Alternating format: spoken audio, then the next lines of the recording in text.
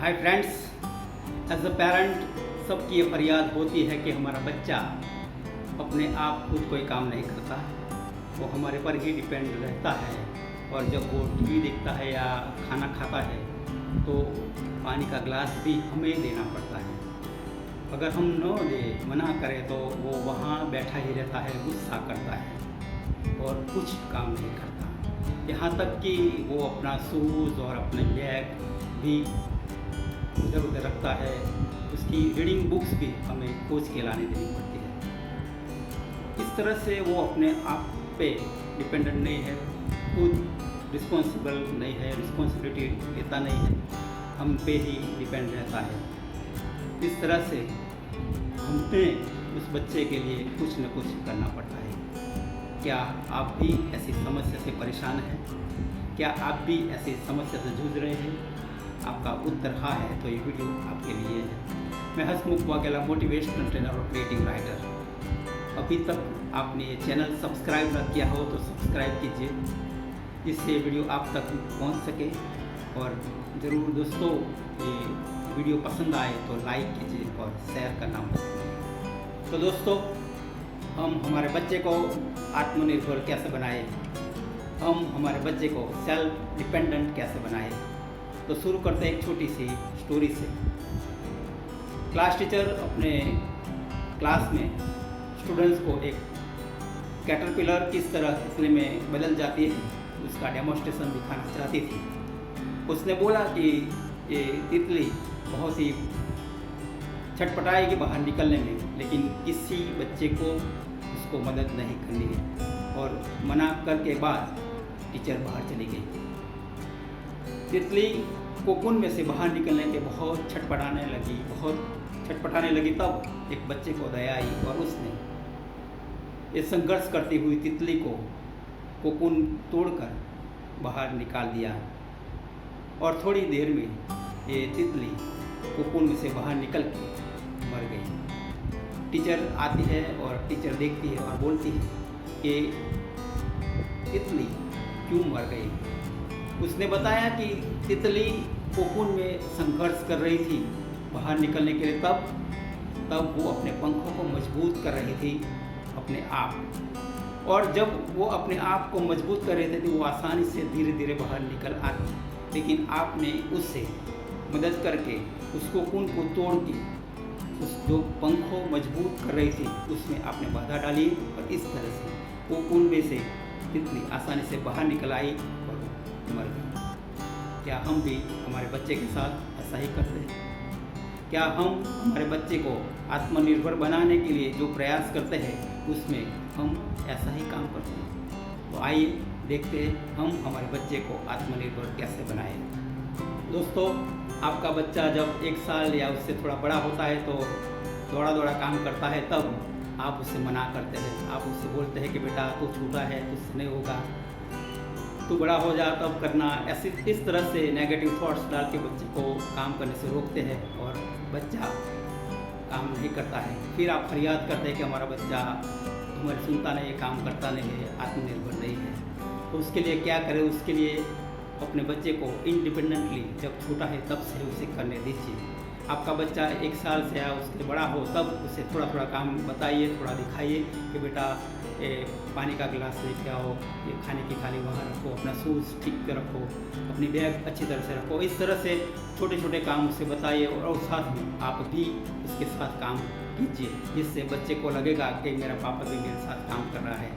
और जब क्लीनिंग का काम हो या दूसरा कोई काम हो, बेडशीट अच्छी करनी हो, तो उससे बच्चे को पूछे कि बेटा उससे कैसे कर सकते हैं, और उसकी एडवाइस लेके फनी वे में डांस करके, सॉन्ग गा के और एन्जॉयमेंट के साथ जब आप बच्चे के साथ काम करेंगे तो बच्चा बोर नहीं होगा और अच्छी तरह से काम करेगा।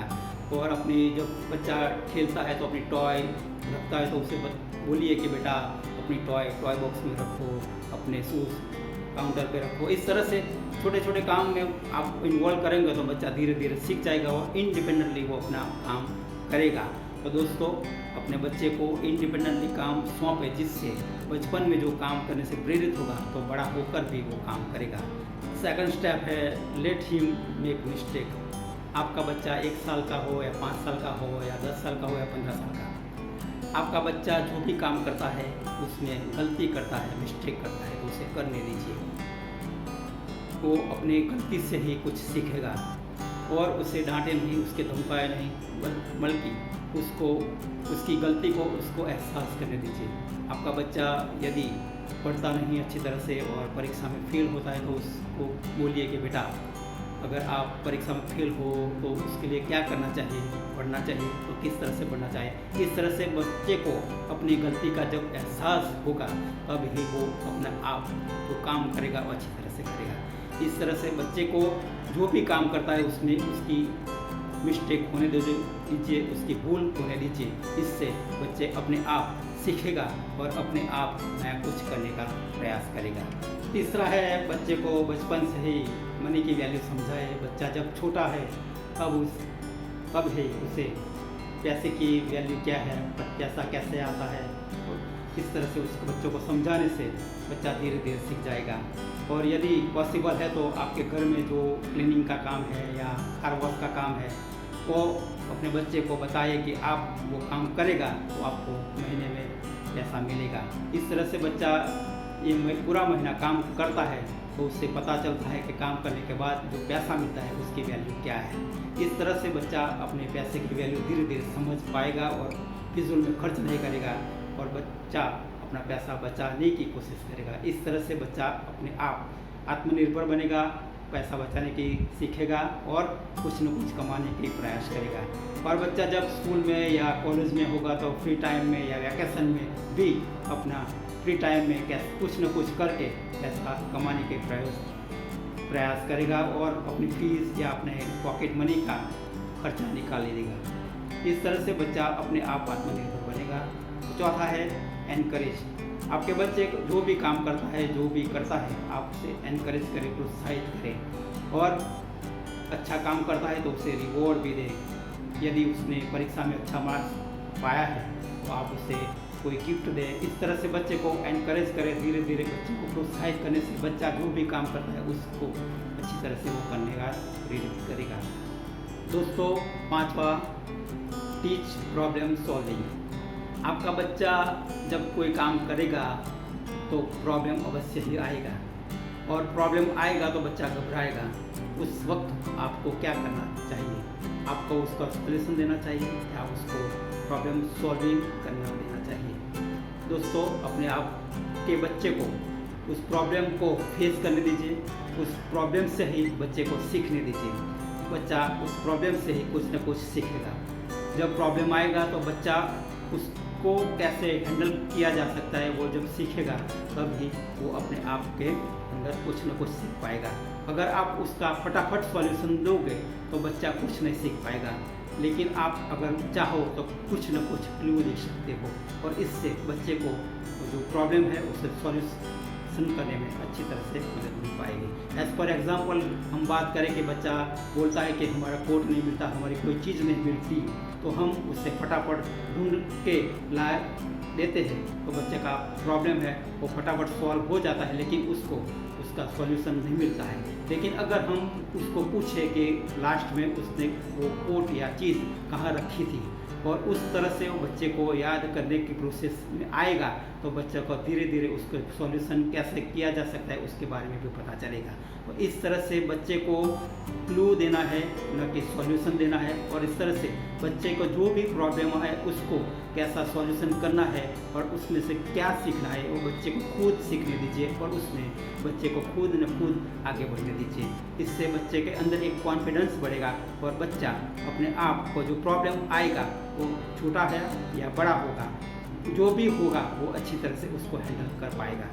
तो दोस्तों, हम हमारे बच्चे को आत्मनिर्भर बनाने के लिए हम उसके बाद मनी की वैल्यू सिखाए, उसको प्रॉब्लम सॉल्विंग सिखाए, उसको इंडिपेंडेंटली काम करने का लेकर सिखाए। इस तरह से छोटी छोटी चीज़ों हम सिखाएंगे तो बच्चा अपने आप आत्मनिर्भर बनेगा। और आखिर में एक आखिरी टिप्स बोनस के तौर पे, आपके बच्चा जब छोटा है तब से उसे टाइम मैनेजमेंट सिखाए।